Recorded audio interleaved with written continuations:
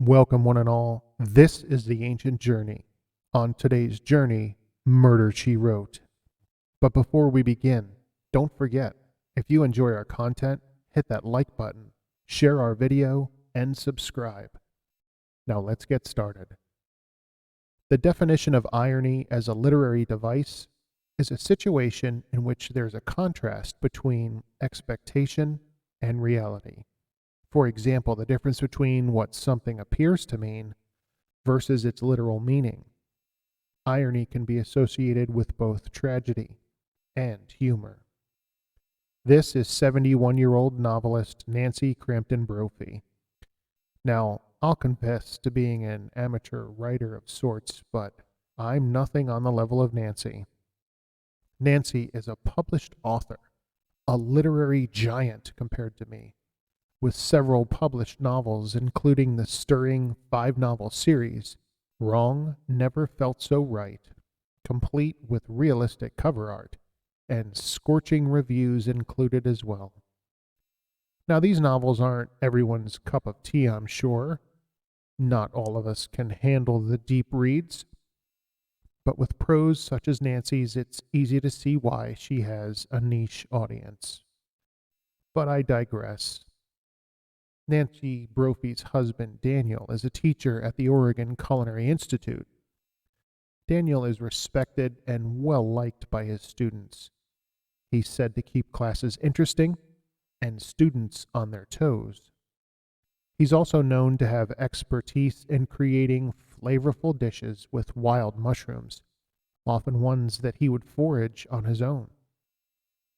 On the morning of June 2nd, 2018, Dan is at work filling buckets with ice water at a sink, getting ready for his busy day in the kitchen and the classroom. And suddenly, from behind, someone shoots Dan in the back. Dan falls to the ground, only to be shot again in the chest. He's found shortly after by his students, and Dan is dead. Nancy is devastated by the news. She's interviewed by police, but she has an alibi. She was home, working on her latest novel, no doubt, and had walked her dogs and taken a shower that morning. Nancy, Nancy, Nancy. You've written enough suspense novels. You know how this works by now, don't you? Maybe Nancy should have read just a few more crime novels instead of writing them. Maybe ones where the lead character is that stoic detective who just won't give up because in 2020 police find traffic camera video and it shows Nancy driving to and departing from, you guessed it, Daniel's culinary school that morning. Nancy is interviewed again and says she has no memory of the drive. Perhaps she was just out for coffee and forgot, or Nancy suddenly remembers she was likely just parked at the school, working on her writing for a brief period. Sure, Nancy. But police aren't done. Remember those old crime novels? The detective always gets his man, and in this case, his author, in the end. Daniel Brophy had been shot with a Glock brand pistol, and Nancy Brophy had purchased a kit to assemble just such a ghost gun, a Glock, over the internet. But Nancy said that the gun was for Daniel's protection while he was out mushroom hunting, and that she was also using it as research for a novel. But it's the oldest motivation in the world, money.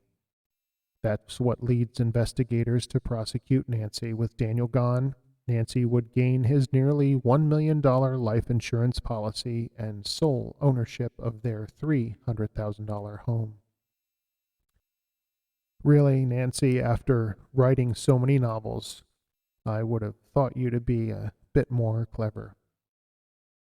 Before the trial, it's also revealed that prior to her being an author of great novels, Nancy had been a writer of essays, and it's an essay from 2011 that is unearthed, one of Nancy's finest pieces of work. And oh, the irony. The author, the criminal, seemingly done in by her own hand, having confessed, perhaps, so many years prior. The essay is titled How to Murder Your Husband. It's never entered into evidence at her trial, but boy, is it a juicy read. As a romantic suspense writer, I spend a lot of time thinking about murder and consequently about police procedure. After all, if the murder is supposed to set me free, I certainly don't want to spend any time in jail. And let me say clearly, for the record, I don't like jumpsuits, and orange isn't my color. Motives. Motive 1, financial. This is big. Divorce is expensive, and do you really want to split your possessions? Or if you married for money, aren't you entitled to all of it?